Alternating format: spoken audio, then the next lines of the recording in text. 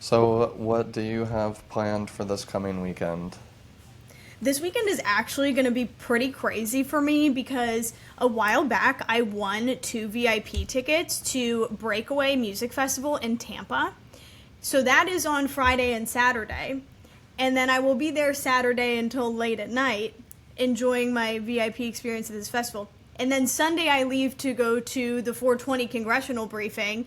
I leave at like 6 in the morning Oh, to go to wow. Congress with SSDP. Is it on 420 or are they doing like any sort of training day before? We're doing a little bit. We don't need like a full training day, but we're definitely going to do like kind of envelope packing and stuff the day before. And then, yeah, just go for it on that 420. It's going to be That'll be awesome. fun. I've been a part of the planning like group or coalition with that, and it sounds like you guys are going to be really engaging. I'm looking forward to hearing the panel that Kat is moderating with the people who've been affected by cannabis incarceration. Is that hosted at any sort of venue, or are you guys going to be like outside Capitol Hill in chairs and like talking with them about that? Do you know? I believe that that's going to be held in the building, like inside in Congress. Oh wow, that'll be really cool then. Yeah, we're looking So forward to it. We're definitely pushing for some good attendance of it. We have tons of SSDPers coming. I think it's going to be great. I'm excited to hear people's stories, and I also like that we're specifically platforming people who have been personally affected, like making sure that they're included in the conversation and get to be involved in this kind of work. And again, that's just what I love about SSDP. yeah, I think SSDP does a really good job of helping people both with lived experience as well as professional experience to get to these professional spaces, or really just like spaces that allow them, or where their voices should be more valued and included. And one of those spaces that tends to be or tends to have a lack of inclusion with youth as a whole and just overall people interested in drug policy is the United Nations events. And so I know the CND was a little bit ago and you were able to attend that with SSDP. How was your experience there? It is always such a great time. So I think today probably we're just like, we can fully recap what happened at this last United Nations Commission on Narcotic Drugs and also talk a little bit about our global policy committee and the work that we're doing with that. But last month, at the time that we were recording, I attended the United Nations 69th session for the Commission on Narcotic Drugs in Vienna, Austria. And that's an entire conference pretty much all just focused around international drug policy and also crime. They talk about crime in that context as well. And Yeah. it's a great time. It was my second year going. I love it. So much happens. You learn so much so fast. That's really cool. And the one thing I always have as like a caveat is that crime is directly included in the Commission on Narcotic Drugs because it automatically puts a negative connotation associated with drugs because it has crime as like as, in addition to the wing of focus. But I think that the commission is starting to develop a little bit more. I think right now its main, or previously its main purpose was to provide or to schedule substances and to add them to essentially bans around the world. And now I think they're including more voices in the discussion. And I know SSDP was able to host an event this year. What was that event like, and what was your participation with it? We did so much this year at the conference. I think that we're doing more and more each year, but this year in particular, we got to do a side event. And I want to back up just for a second because some of our listeners, also people who like maybe want to get involved with this work, I want to kind of break down like how something like this works, like how one of these conferences works, in case you would like to join our global policy committee, which you are vice chair of. So Yep. you're vice chair, right? I always mix Yep. it up. Yeah, You have I'm two vice vice chair chair. positions now. Yeah, I'm vice chair on the board of directors, and then I'm vice chair on the Global Drug Policy Committee. And I'm hoping that we can start to include more people internationally as well and work with ambassadors of SSDP and also just people with expertise around the world. And the issue we're having right now is just like scheduling a time because of all the time differences. But back to what you were saying, let's go a little bit more into how to get involved in a conference like this and how even you were able to get involved last year and this year. So how I initially got involved, actually, last year's session, the 68th session of the UNCND, was my first exposure to SSDP. I had been working in the cannabis research field for years at that point, wanted to get involved with SSDP, and this was the first event that was available to me that I wanted to attend because they were trying to schedule HHC, which is a cannabinoid that was in last year's session. So I wanted to go. I wanted to be able to engage in that conversation, obviously, to try and prevent that from being scheduled. But how these conferences kind of work at the global level like this is that they have these subcommittees of the UN, or these commissions is what they're called. So they meet once a year, at least for their main conference. And there's many things that happen simultaneously. The conference is a week. You show up, there's the plenary hall, which is where all of the international delegates from each country and then the board of the UNCND is in there all day for like 8 hours a day, voting, going through certain agenda items for each year. Then you have the Commission of the World, which is also has some delegates in there, but actively is going over their constitution for the CND essentially. And then lastly, you have side events. So side events can be put on by these organizations such as SSDP, who are people who are attending this conference, and it can be any subject matter essentially. It has to be approved by the conference and the board obviously, but it's the subject matter obviously pertaining to something about drugs. And it's all definitely not all of them are pro-drug and pro-ending the war on drugs. A lot of them are very anti a lot of these sentiments. So you get a lot of mixed opinions and values at this conference, but that's how it's set up. So the majority of involvement from SSDP is kind of bouncing around these different active things that are all going on at once, seeing what's being voted on at the agenda in the plenary. Staying up to date on what's happening in the Commission of the World and how they're changing the language and the bylaws of this constitution. And then also educating and continuing your education and understanding of what these countries believe and these organizations believe their main problems are in these side events. Yeah, that's kind of how it was for the high-level political forum last year too, where like we had the the high-level political forums in New York as opposed to Vienna, so much less travel.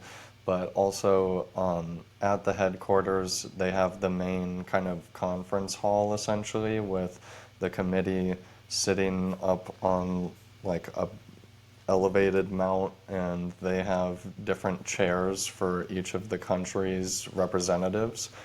And the main floor level, you have to have special access to get in, but it depends on who's kind of watching the door. So for people who do end up going in our youth, go in, sit in, just don't sit at another country's spot if you can find another chair. But there is a second level as well for people to be able to sit down and listen and take notes. And for the high-level political forum, it seemed a lot more report-based as opposed to voting throughout the agenda, so that was kind of unique. With the side events, they were all really overlapping, so that was very difficult to try and kind of pick and choose which ones I wanted to go to. And some side events were just not even in the room that they said they were. Is that a similar experience you had at the CND where there was scheduling issues and location issues? Yes, definitely. And same thing at the CND as well, where there's so many side events going on all day, but 6 or more are happening at once, and sometimes there's room changes, sometimes there's full scheduling issues, sometimes you show up to a side event and the title is so misleading, or it's so not what you thought you were signing up for. Like, there's definitely that level of, I don't want to say disorganization, but there also are flaws that are happening in the United Nations building at these conferences, which I think is so funny to me too, because everybody views this as such a serious thing, when really there's so much unserious stuff happening at these conferences every year. It's kind of ridiculous. Yeah, I think that's almost kind of like a welcoming point for youth, though, who are attending for the first time, where they're like, oh, the people at the very top level from our view are making mistakes too. So, or not as organized, and you feel more organized because you know everything you want to go to and all the questions you want to ask. But what was an example of an event that was kind of misleading that you had gone to and then been like, whoa, this isn't what I was hoping it was, or this isn't what I expected? There was one event that I was really excited for. So when they release the schedules for these side events, they will have obviously the time, room, location, the title of what the panel or the talk is going to be about, and then who's hosting the event. This one is kind of my fault because I overlooked who was hosting the event, but the event pretty much was a title of something like empowering youth with like safe use practices with drugs. So I thought that this was going to be a thing. Maybe it's going to be like about harm reduction or syringe programs or youth education, something that like obviously we would align with. I walk into this room and I realize it's being hosted by the International Police Organization, and they have all of their logos taped up on the walls, which is, it looked like you were walking into an interrogation room. And again, this is a youth panel, and it's 5 men over 50 sitting at this panel. They had no youth on the panel. Oof, that's really tough. I remember seeing, I think it was your TikTok or Instagram story where you're like emojis describing the different pictures, and it was just like an eyebrow up with the logo in it. I thought that was really funny. But so did they give any sort of like guides to youth empowerment, or I would assume that they're probably against drugs based on the organization, but what did they end up talking about? It very quickly devolved, and I realized probably, like, from the minute I walked in the room, I realized, oh, okay, I'm in a place that I may not agree with all this stuff, but I'm willing to hear it out, check it out. The talk was essentially surrounding of how that they are specifically targeting young people online in Discord, Reddit, and various other social media comment sections and DMs to try and talk them out of buying drugs, using drugs, taking drugs. But they're doing this essentially just by being like a fed. Like, they're just being like an undercover, like posing as a child or a teenager around that same age and trying to be like, yeah, man, smoking weed isn't cool, man. Like, they're like trying to, it's so like fed behavior, because it's literally what they are and what they're doing. But with the youth aspect of it, there is this one anecdote that I think is hilarious, where I'm sitting in the room and there's not a lot of youth at the CND, and that's what SSDP wants to do. There's so many conversations about youth. Why are we not in these conversations? And the panelists of the International Police Organization seem to feel the same way. So they get halfway through their panel, and one of the officers starts going, he's pounding his fist on the table, and he's going, we need to hear from the young people. And there's only 3 young people in this room, me included. We need to hear from the young people. And he starts pointing at all of us, starts pointing at me. We need to hear from you. What do you think? What do you think about this? And I start shaking my head like that. Mm-hmm. And he goes, what? Why are you shaking? Like, what? And I go, you don't want... Yes, mid-panel. And he's like, what? Like, go ahead. I go, you don't want to hear what I have to say. He goes, we do. We need to hear from the youth. I go, well, I don't agree with any of the things that you're putting forth here. I don't think that this is productive or helpful. And he completely moved on from me and just kept then going around to the other youth. The other 2 youth there did very respectfully agree with him, actually, and agree with the panel. So I was definitely out of my typical environment there, which I think is so funny. He's begging for me to say something, and when I say something, he didn't want to hear it. I think that's what we need more of at these types of meetings, though, where it's not like necessarily conflict, but just confrontation. Because I remember during a meeting post recap, we had discussed how there was a lot of misinformation being spread at the conference too, whether it was by panelists during their sessions or even online. Like there was that article about, or that had an AI picture of massive smoke around the entrance of the United Nations, but it was not anything of the sorts. And I'm wondering, like, did that get talked about at the conference? Because when you first sent it to me, I was like, oh boy, this is going to be a problem. Definitely. To give some backstory on this too, it's like the fourth day into the conference, and things are fully picked up at this point. People are connecting and talking. Kind of the ground rules socially have been set. Everybody understands who is who. And then this article comes out accusing, essentially, some of the pro-cannabis organizations that they were forcing people who were walking into the UN to walk through these large clouds of cannabis smoke. They fully AI generated an image that looked like a fog machine. It would have been like probably near impossible without like large machinery to pull something off like that, and fully made up a situation. This just never happened. And this article was published and was circulating of being like pro-cannabis NGOs, the non-governmental organizations at the United Nations Vienna International Center force unwilling people to inhale clouds of cannabis smoke. Just literally like things that never happened.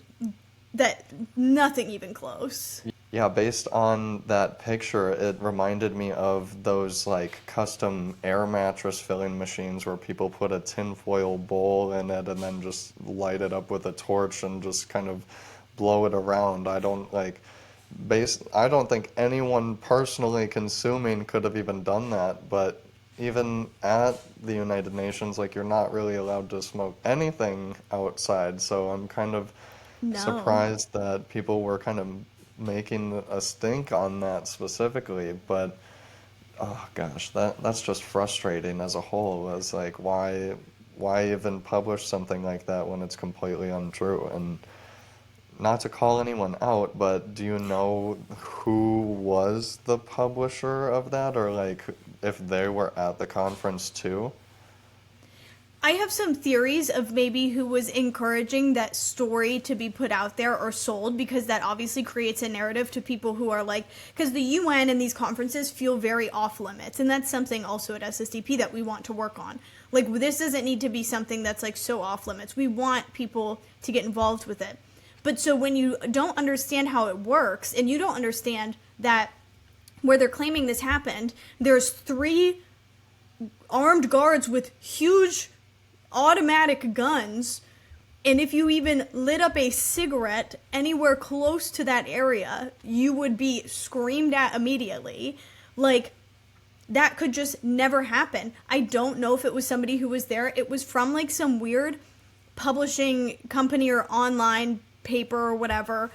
From like, it's the person who wrote it, we couldn't even, like, we don't even think it was like a real author. We literally think it's just like full AI. But for some reason, wow. that was being pushed and circulated. People were posting it on LinkedIn. Like, people at the conference who would have experienced that going in the morning would have been, they were literally posting it on LinkedIn. It's like, maybe let's think about, Yeah. Like when I you saw walked in some, the door, did you get a cloud of smoke? Or I know you didn't, but like just hypothetically yeah. for these people on LinkedIn, like just think back to this morning. Did you did you see anything like that? Probably not. But what were you gonna say? I was going to say, I saw some people, like some of our friends who we collaborate with at the UN and everything, I saw some of them posting it on LinkedIn, but like joking about it, being like, oh, an incident happened this morning. Like, just obviously being like, this is fake. But then I saw some people posting it in seriousness, being like, this is horrible. This is why we can't support this kind of behavior. Because then I'm like looking to really see how bad this is circulating. And it went pretty fast, surprisingly.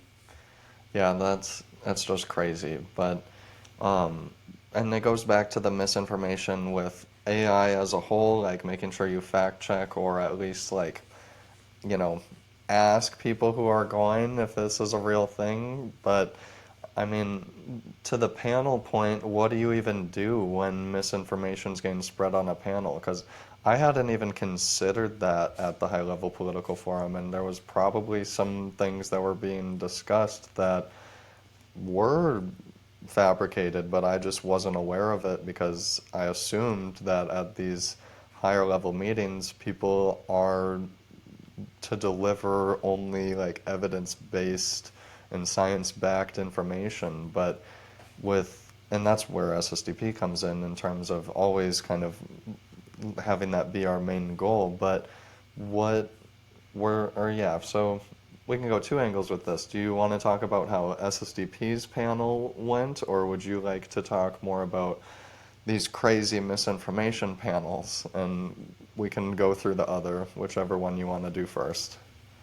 We'll talk about the good first, the real representation of how these panels should be handled at the United Nations, which was through our panel that we had. So we hosted a panel on Friday, which was a side event that anybody could attend, that was about research harms and how research harms affects public health, scientific, and medical research. If you're familiar with SSDP's work in research harms, we have sued the DEA over research harms. We have gotten this actively integrated into a lot of scheduling decisions, hopefully. And we can also pause to say hi to my cat for a second. That is Volt. Yeah. Our VIP guest. Exactly. He can co-host one day.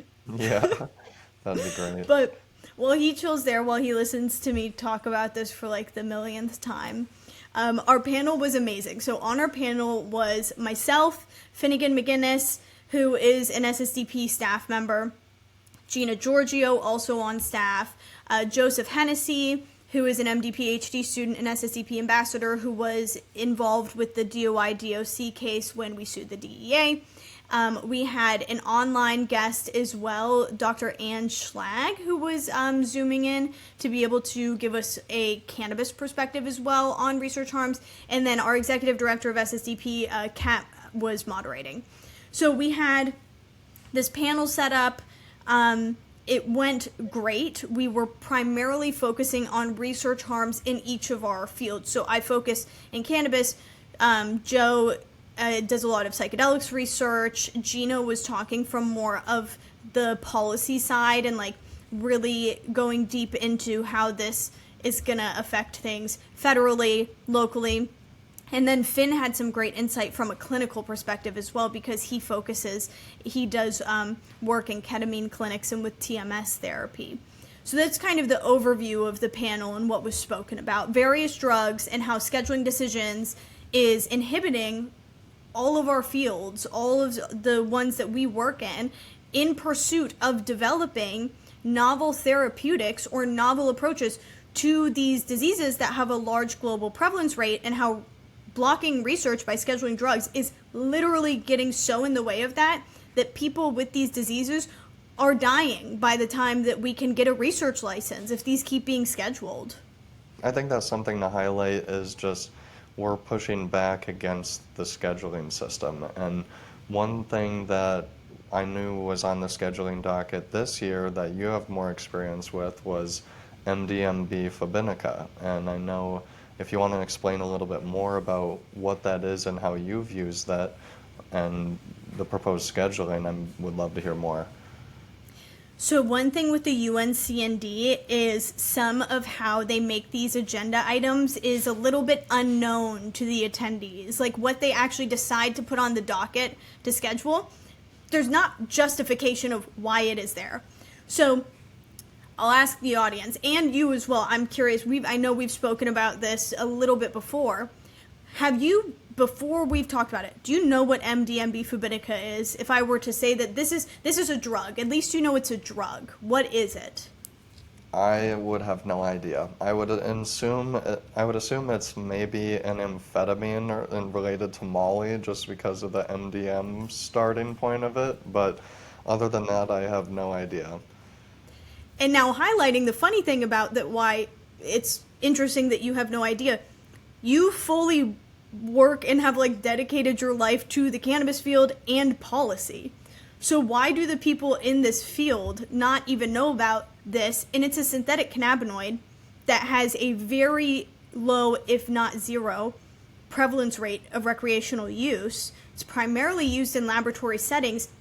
It's actually used, so it's a CB1 agonist. It's a full CB1 agonist. It activates the CB1 receptor at a higher potency than some other phytocannabinoids or endocannabinoids. So because it's a synthetic, it works a little bit differently. But that makes it incredible as a tool in the lab when you're studying biochemically and pharmacologically that receptor activation and what it can do.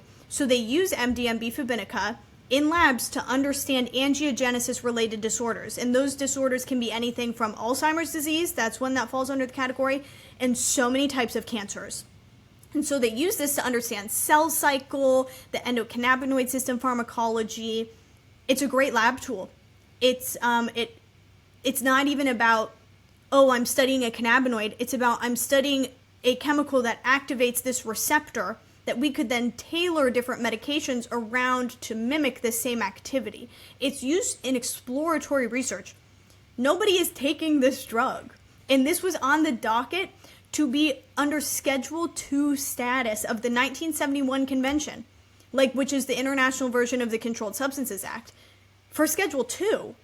And it's listeners at home, Google it. Tell me what you can find about it besides the weird niche biochemical stuff on PubMed about studying this drug. You can find some articles that relate to it in Russia, I believe, that there was an outbreak of, and they literally call it poisonings, where people had unintentionally taken this drug, and that was for a year or two, and then it stopped. This is not a pervasive problem. Yeah, so it was on the scheduling docket for Schedule 2, but currently it's unscheduled, right? Because it's a synthetic cannabinoid? Correct. It's unscheduled internationally right now. Okay.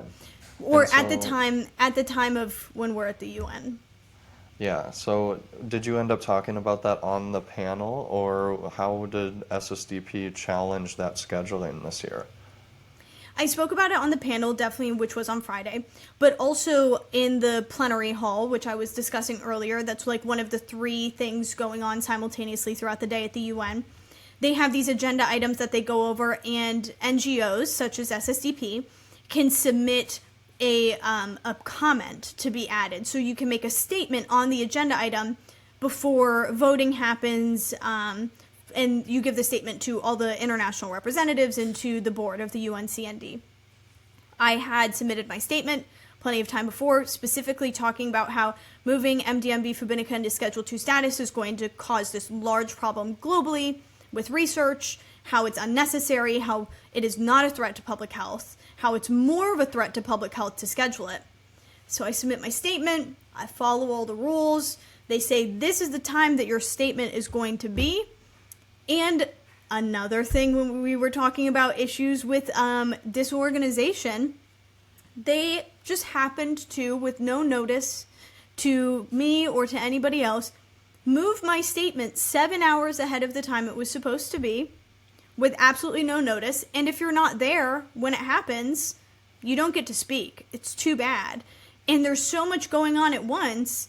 I'd been prepared to be there at the time that I was told, 2 days prior, that I was going to be there to speak, and they just moved it without notice. And I have some theories, maybe, that it seemed like this happened to a lot of people who wanted to make statements similar to mine, similar to ones that are not supporting prohibition. A lot of those statements didn't get to happen. That's all I will say. You'd think they probably did that on purpose then, because like when I went to the high level political forum, I was able to just like go up to the tables, or specifically at the side events, not the plenary, so it might be a little different, but I would just go sit at the table and they would have a good like anywhere from 2 to 15 minutes during the end of the event after the presentations were given or after the discussion was had, where you can just like raise your hands and ask questions or give statements. So that's how I was able to deliver 2 statements. But with the plenary hall, it sounds like you have to submit these statements ahead of time. So do you think that because you were pushing against their agenda that they had purposefully rescheduled you without notice? And who, like, was it the CND committee that changes the schedule and agenda? It was. So it was the board of the UNCND who had changed the schedule. I would love to go full conspiracy theory mode with it and say that, like, this is purposeful, but it did lead our group into a bit of the conversation of that there is political theory surrounding, like, widely studied political theory, which is not my background, but I was learning about it through this conversation, that you, as a governmental organization or just an organization in general, you don't need to control the narrative. You don't need to control the outcome of things if you just control the agenda. And I think that's what was happening a little bit here. They blame it on translators. Also, make this make sense. The UNCND didn't have enough money to pay translators for all 5 days of the conference. You've known that this conference is going to happen. It happens the same week every year. And you're the UNCND. And you don't have money for probably besides the space or whatever, or the tech, you don't have the money for the primary thing that people need in the plenary. You need translators. That's What? crazy. And like at the high level political forum, they had live translators too. So I didn't like as people were giving their reports or comments, people were translating live within the session. So in addition to not being able to or not having to submit it ahead of time, the translator issue wasn't really a problem. And so that makes me wonder then, is that probably why SSDP's event was pushed to Friday as well, because it was the last day of the convention and there were probably no translators. And I'm guessing most people were probably leaving around that point too. I mean, how was the attendance for the SSDP event? That's another problem as well that I'm glad that you pointed out. So they decide, again, the agenda and the schedule of these events. And Friday is a morning only, so it's a half day. It's the last day of the conference. People usually leave on Thursday because they have to travel. They have probably over 24 hours of travel, depending on where they're coming from in the world, to be able to get back home. They got to get home for the weekend. And conveniently, SSDP's side event was Friday morning. And there were actually a lot of side events on Friday that were from organizations that were also very anti-prohibitionist and were speaking fact to science and to truth and real information. And those happened to land on Friday. We had a really good attendance for the event from the people in the organizations we have connections with. So we had a lot of support, but we were lacking just people who were just attendees who maybe hadn't heard of SSDP before because they had left.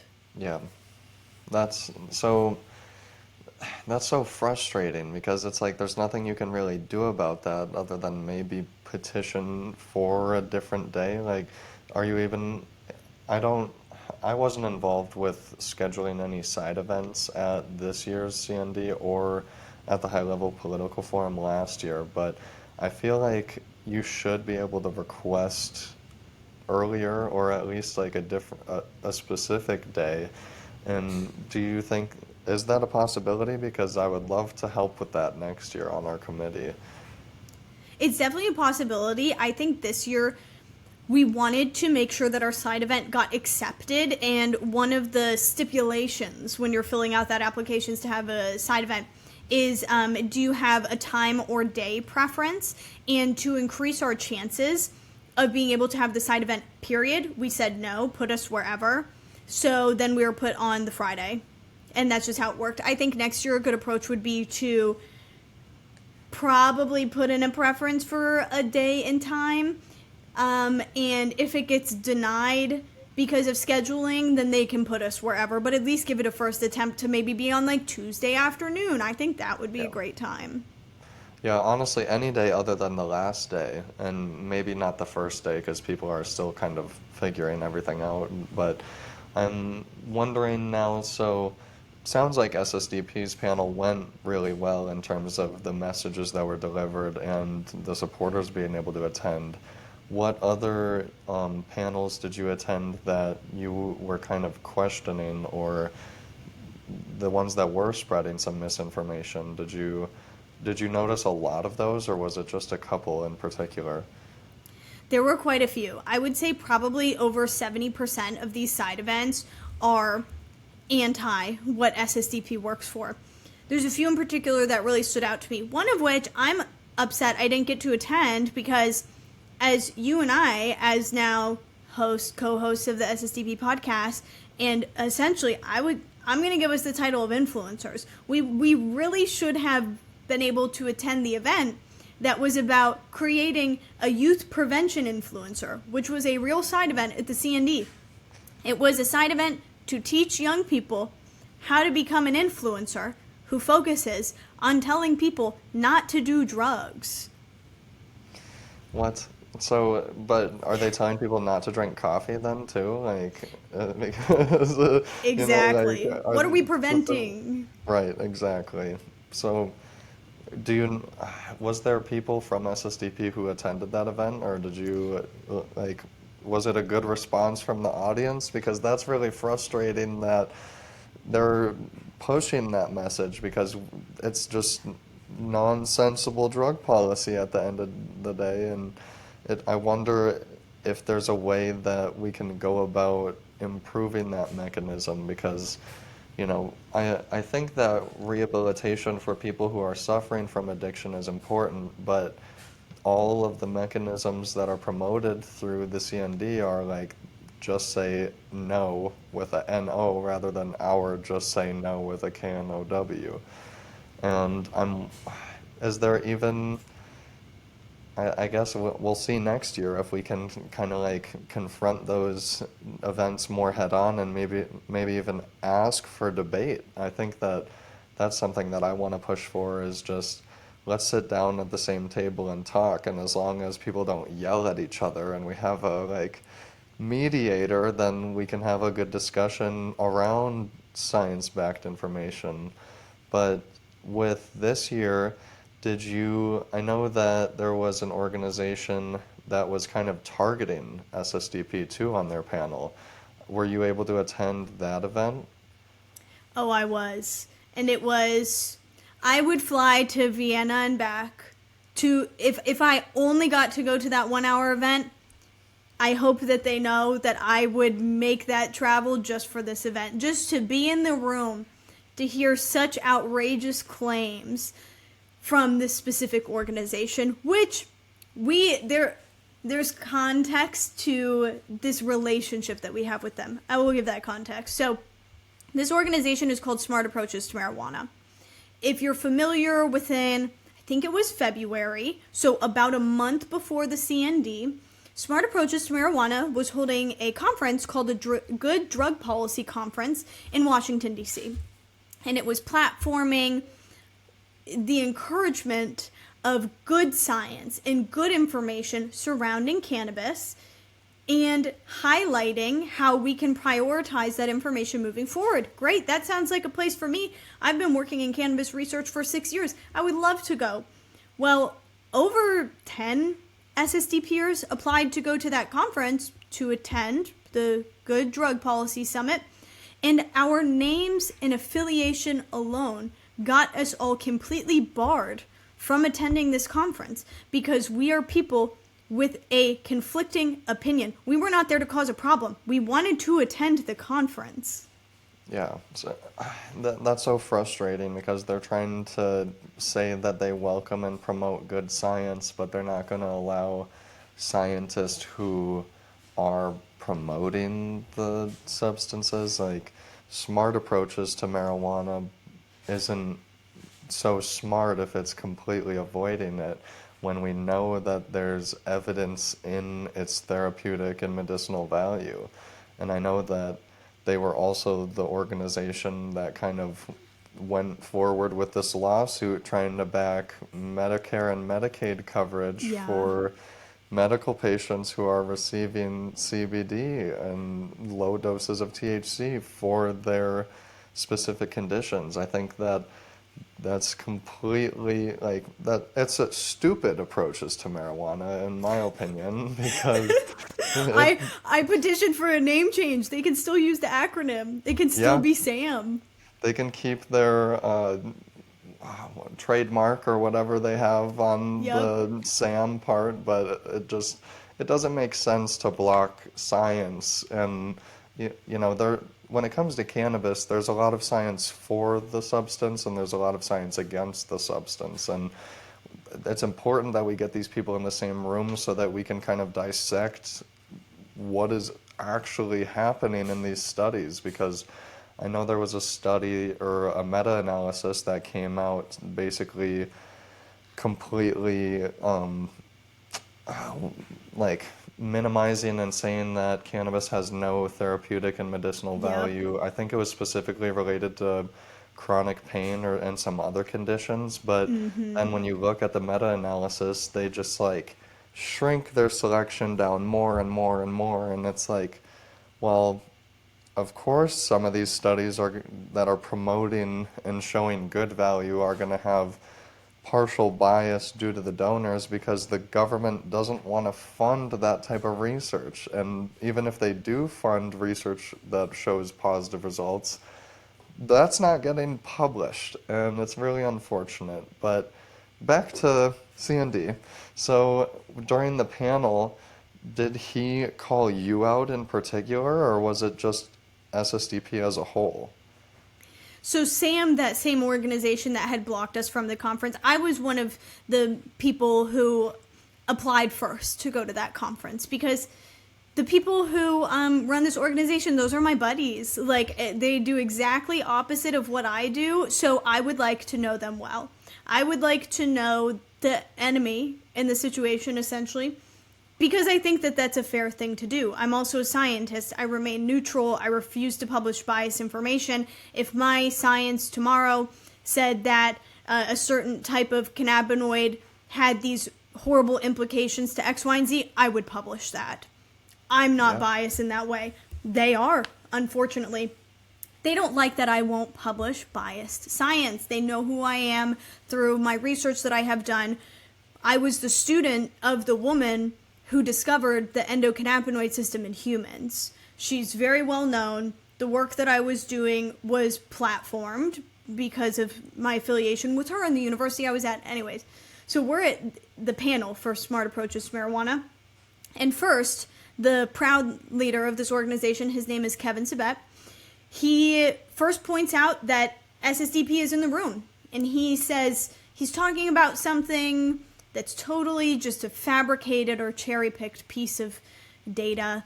And he goes, and I know that my SSDP friends right up front here probably disagree with me on this, but I think 99% of the room would agree with me otherwise. So immediately calls out our presence. We are also not overly branded with SSDP things. He just recognizes all 6 of us, which is awesome. Yeah. Great. He seems That's like a big cool fan. that, like, yeah, I was gonna say it seems like he's very interested in the organization, and hopefully, we'd love some donations, Kevin. If you're listening to this, you can donate at ssdp.org/donate. But Kevin, if you're otherwise, listening, buy an ad read for this episode. Fully, do you want a Sam ad read in this episode? I will give you the best ad read.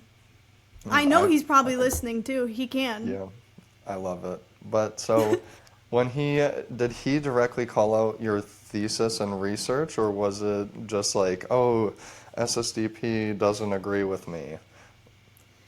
There was another speaker who, because the panel had, I believe there was like 3 of them. One of the other speakers who doesn't matter their affiliation, but was affiliated with this panel and with Smart Approaches to Marijuana, looked at me directly, named the woman that I worked for my master's thesis, and started quoting parts of my master's thesis, and then moved on to Joe Hennessy, who was sitting right next to me. Looked at Joe Hennessy, started also quoting very specific things that he has done in his research, and he works with psychedelics. So not even fully related. And that's a little bit intimidating when you're sitting there realizing that the person who's currently holding the power in the room actually knows a lot more about you than you think, but you're the audience member. So I'm just sitting there trying to keep the straightest face possible, just nodding, being like, this is fine. You can know who I am, you can platform this, but the problem was they were framing all of this research in a negative way, implying that it has led to the death of people because it has perpetuated the narrative that cannabis is safe. I have never published anything that says cannabis is safe or unsafe. That's not my research. I work on epigenetics of the endocannabinoid system that involves cannabinoids, but that's not what I publish. Yeah, I was gonna say, like, you're working specifically on the biochemistry of synthetic cannabinoids in the endocannabinoid system. Like, I don't even think you work with phytocannabinoids much, if at all. No. And so it's like, what they're claiming is completely inaccurate because, and related to Joe's research, he's not even researching cannabis. So how is that perpetuating the use of it? So it's very unfortunate that they're trying to twist the good science that you guys have done into their narrative of, oh, drugs are bad, we should make them all illegal. Like, drugs get bad when we make them illegal because we get all these different contaminants related to unknown amounts of fentanyl. That's a whole nother subject, but that getting into drug supply has caused an issue because people just don't know it's in there. And then with the whole hemp regulation and that, we have a lot of conversions that are happening where we don't actually know the pharmacological effect of delta 8 iso THC. It's something along that line. But with that, these compounds are being developed because they're made illegal, and it's just absurd that this organization can't recognize that the illegality is creating more problems than just regulating these substances. And it's just unfortunate. Like, what do you even do when you're arguing with a brick wall at the end of the day? Exactly. It's so unfortunate. And also, to go to your point about even like the supply, I think that's such an important conversation that we have about opioids a lot, understandably so. We don't have it about cannabis maybe as often. And one of the main talking points of this organization during their panel is they love to have this like pseudo casual speak to be able to make it seem like that they're presenting information to any audience education level, but really they're just leaving out information. And they do this through saying things like, they kept saying it was making me pretty mad. The weed that we're all smoking now, and they're saying it like that, the weed we're all smoking now isn't the weed that we were smoking in mom's basement with our friends after high school at the football game in the 70s. Because this weed that we have now, it's 99% THC levels. Okay, let's back up. First of all, yeah, wow, surprise, great revelation. Drug markets evolve over time. I could have figured that out at 3 years old. Great first point of your argument there. Second point, you're saying that now it's created, they actually don't say what's created it, but now we have a market full of 99% THC levels. Why do you think that happened? Because of people like you who refuse to engage in the idea of a medicalized recreational market that is properly regulated and backed by science. It's your fault. Yeah. And even then, like, some people react better to high THC. And that's what, if we had more research, we could understand what types of genetics play into the role of reacting with these molecules. And so were you able to ask questions during the SAM panel, or was it just more like, we're going to point the finger at you all and you're wrong? For context of this as well, my first in-person encounter with SAM, the organization, and Kevin Sabet, the leader of this organization, was last year at the CND. when I attended their side event, where Kevin Sabet was the primary speaker, it was not a panel, it was a presentation, and he was the speaker. He showed up to his own side event last year, spoke for 5 minutes, said, I have to go, left his own side event. He has this little sidekick guy. That guy took over the presentation last year. Kevin came back in the last 5 minutes of his own presentation, said thank you, no questions, rushed out again. I was surprised he actually spoke at his own event this year, but they do this, and they did it last year. They run the clock. They don't give you any time for questions, and then they dart out of there. They won't let you interact or speak with them. That's really strange. It's like, why are you coming to these events if you're not coming to engage? Like, people who are presenting in the room, they either agree with you or they disagree with you.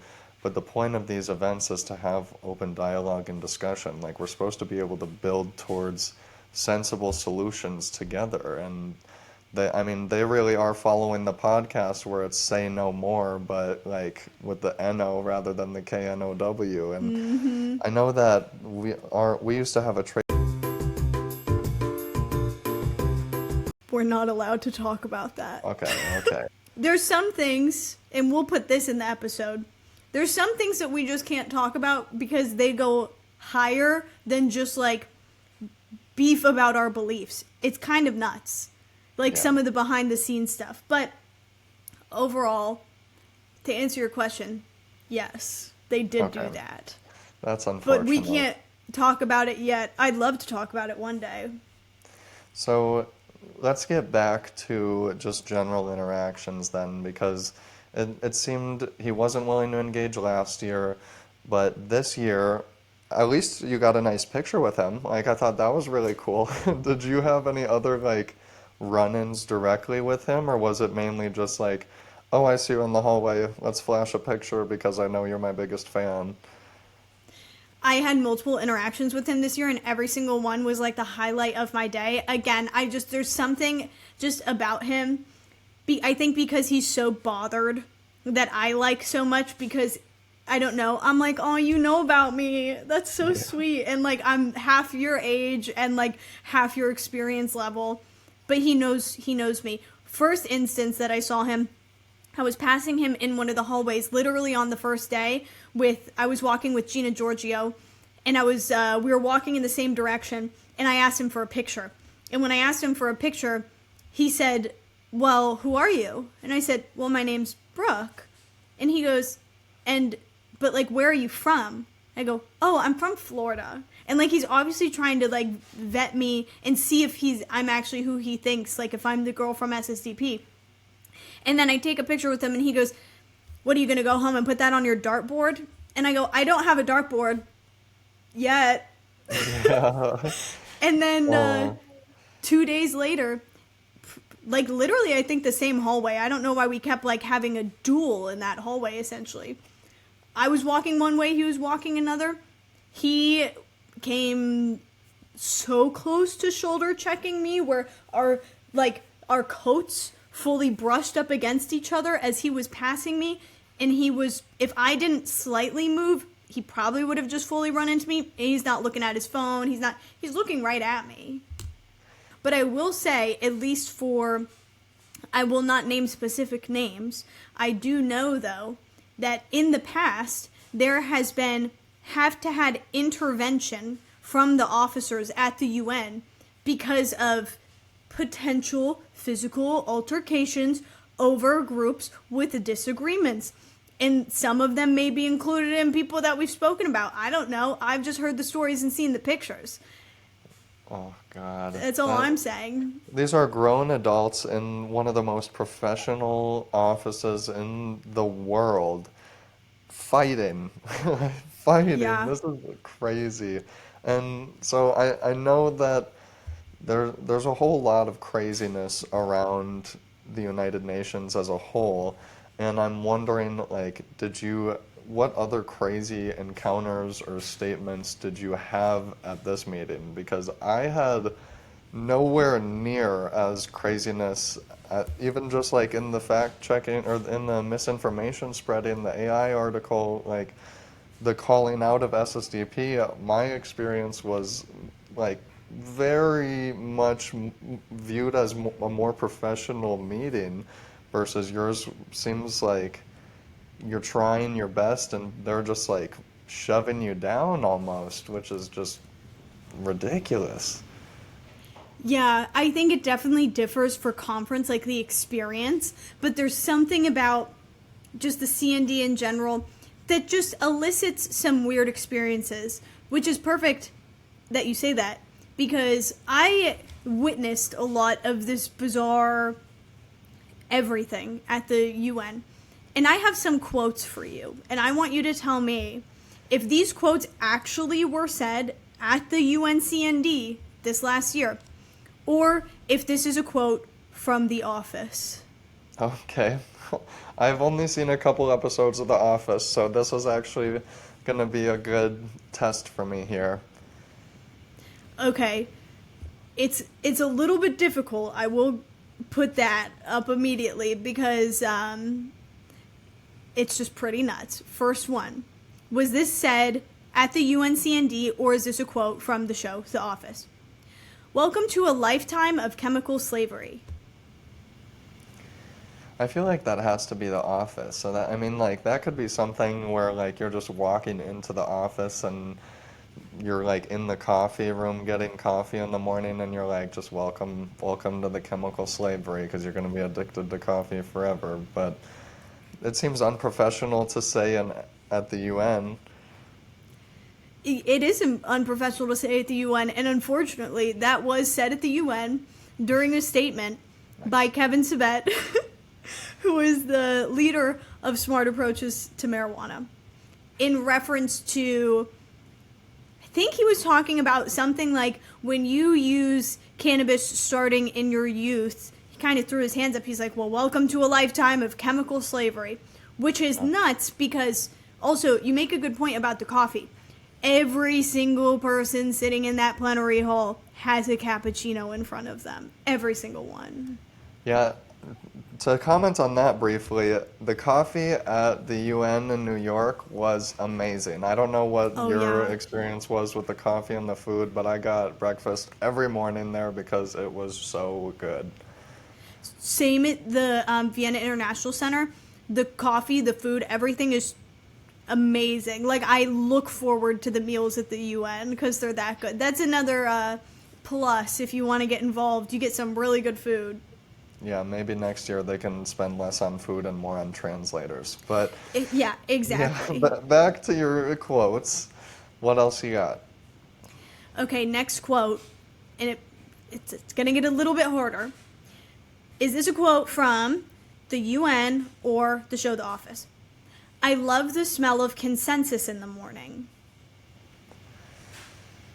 I mean, I feel like that one could be at the UN, just like, I'm glad people are agreeing on something, like we're coming together for something good, whatever. Yep, correct. So this was said in the United Nations Commission of the World. So this is the three we were talking about. One of being, this was in the Commission of the World. There was a lot of disagreement when it adjourned the afternoon before around like small changes in language. And so the chair of the Commission of the World, they quickly agreed and resolved the issue the next morning. And they just kind of sat back and they were like, oh, I love the smell of consensus in the morning, and then gave a break. Oh goodness, I mean, at least they're enjoying that something is going well and a little bit less wild and against their agenda, I guess. Exactly, a little bit more positive. This last quote I have for you, though, is not that positive. So, last one. You've one correct, one incorrect so far. So this is our game point.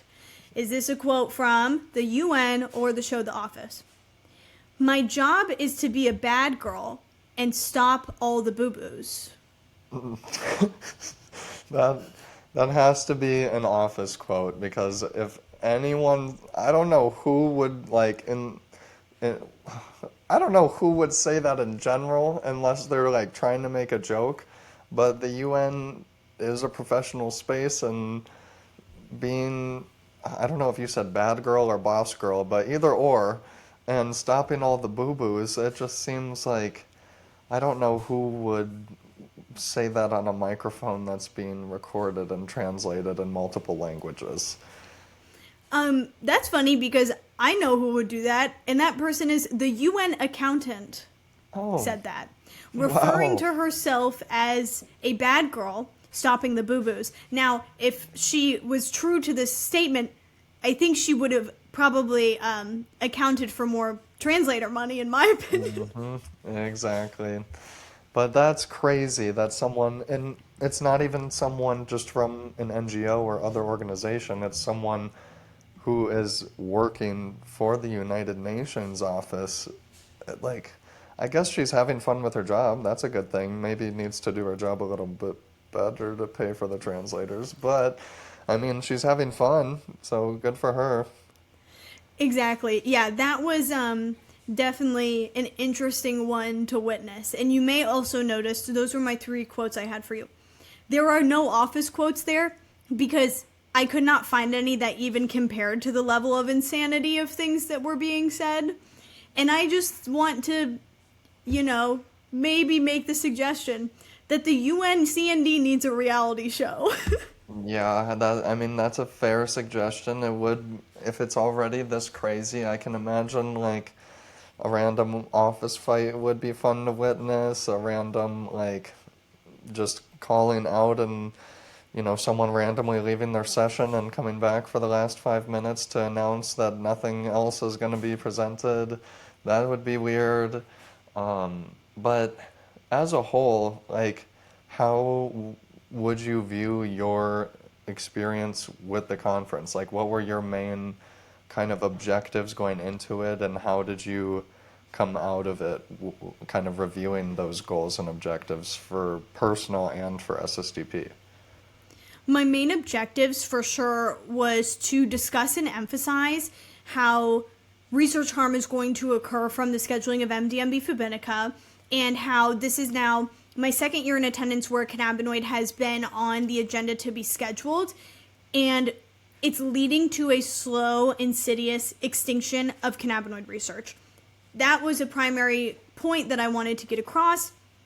Also, being there as a scientist, being there as somebody who understands the data and is well read in the baseline literature for this stuff is important to integrate into conversation because they don't have a lot of scientific conversation when they're making policy decisions.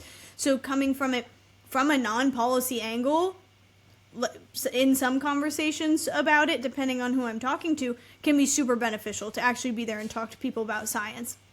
And then Yeah. personally as well was to also meet these like-minded people, encourage youth voices at the UN, show up, even just, okay, so as a young woman who's representing SSDP, even just being at the UN, standing in the UN, walking around, being seen by other people, and other people can see that there is a young woman at the UN, I think that's so important because it's like, okay, I'm here. There's no icing me out. There's no, blocking my opinion. I'm showing up. Regardless of if you want to Yeah. listen to me, I'm showing up. And that's what SSDP does that I love.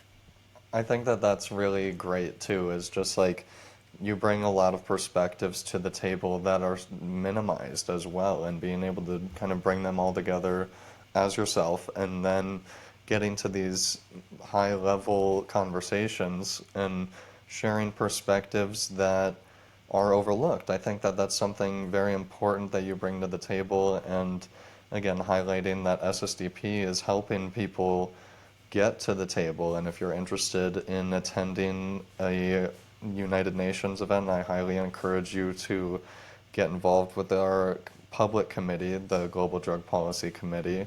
And we are hoping to attend more events this year, as well as definitely returning to the CND next year. But I'm wondering, what do you think kind of could have gone better as well? Because it sounds like there was a lot of craziness, so just making it a little bit more recognizable for the drug policy reform space is one of the goals that I would probably say could have gone better, is being giving a respected space for global drug policy reform rather than being blocked essentially from giving your statement and pushing the panel to the very last day. I think those are kind of like the main things that I see, but what are you kind of seeing that maybe could have been better?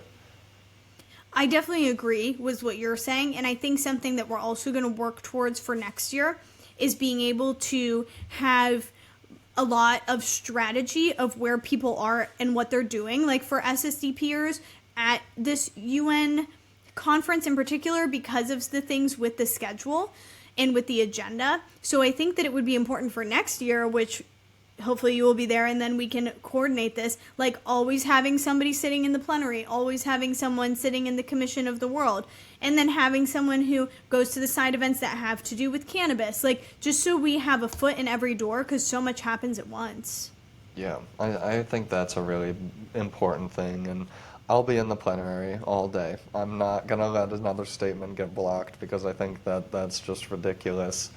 But yeah, I mean, there's lots of things to improve on, and one of the things that our Global Drug Policy Committee is going to be petitioning for is fact checkers in these side events, because it doesn't make sense to be having these meetings if we're just going to keep spreading misinformation. Like, it does no better than the conversations we have on Instagram and LinkedIn with people where we're just fighting in the comment section. At least there, we are able to reference the studies and articles that we're talking about, but when it comes to these live sessions, if no one's fact checking, and I mean, these are very high level people that claim to be very busy, so it's like they're probably not going to look into the research themselves, so hopefully we can get some fact checkers there in the future. And yeah, I think that was a really great way to wrap it up. Did you have any other thoughts about the CND as a whole, or how you would like to engage with UN or global affairs in the future? I would say that definitely my final thought is that if you want to get involved with this in any way, just do it. I literally do not have a policy background at all before I joined SSDP, and they really taught me the ropes and how this stuff worked very quickly.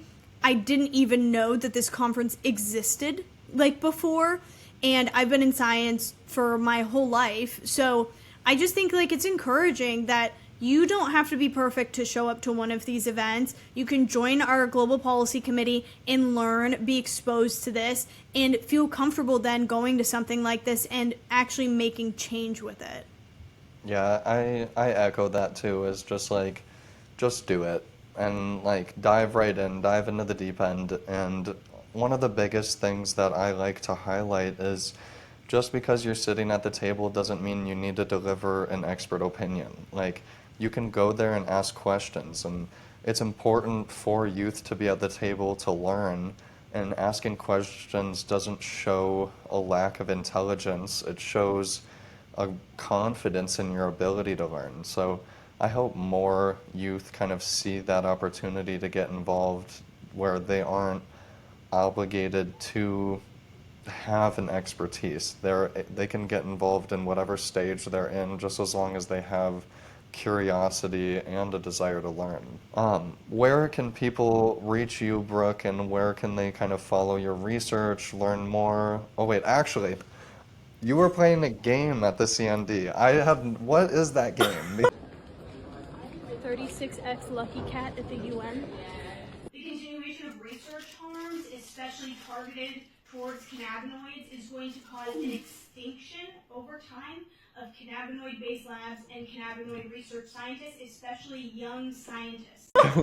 I don't know Oh, what you that is, saw but that? I always see that and I'm like, what is that game? Okay, fully side tangent. There's this game, it's called we could do a full episode on this, has nothing to do with anything SSDP. There's this game called Balatro. It's literally just a phone game, and I'm in the top 0.01% of players in the world of this game. And so every year at the CND, I've been making TikToks of me playing this game, like at the United Nations, being like me before I speak in front of the United Nations, but it's just me playing a mobile game. And it's just an ongoing bit that I have on social media, which you can check out my social media if you would like.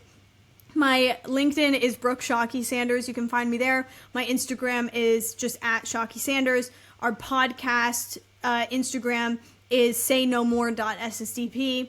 And then, Jackson, where can everybody find you?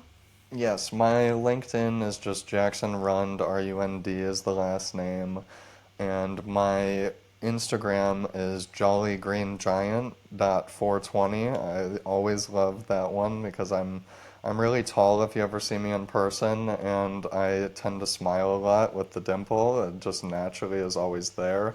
And I'm trying to start my TikTok and get up and better a little bit more. So it's the same handle as my Instagram, just jollygreengiant.420. The But thank you branding is everyone for perfect. listening. Yeah, thank you. I appreciate it. But yeah, thank you all for listening and hope you have a great week.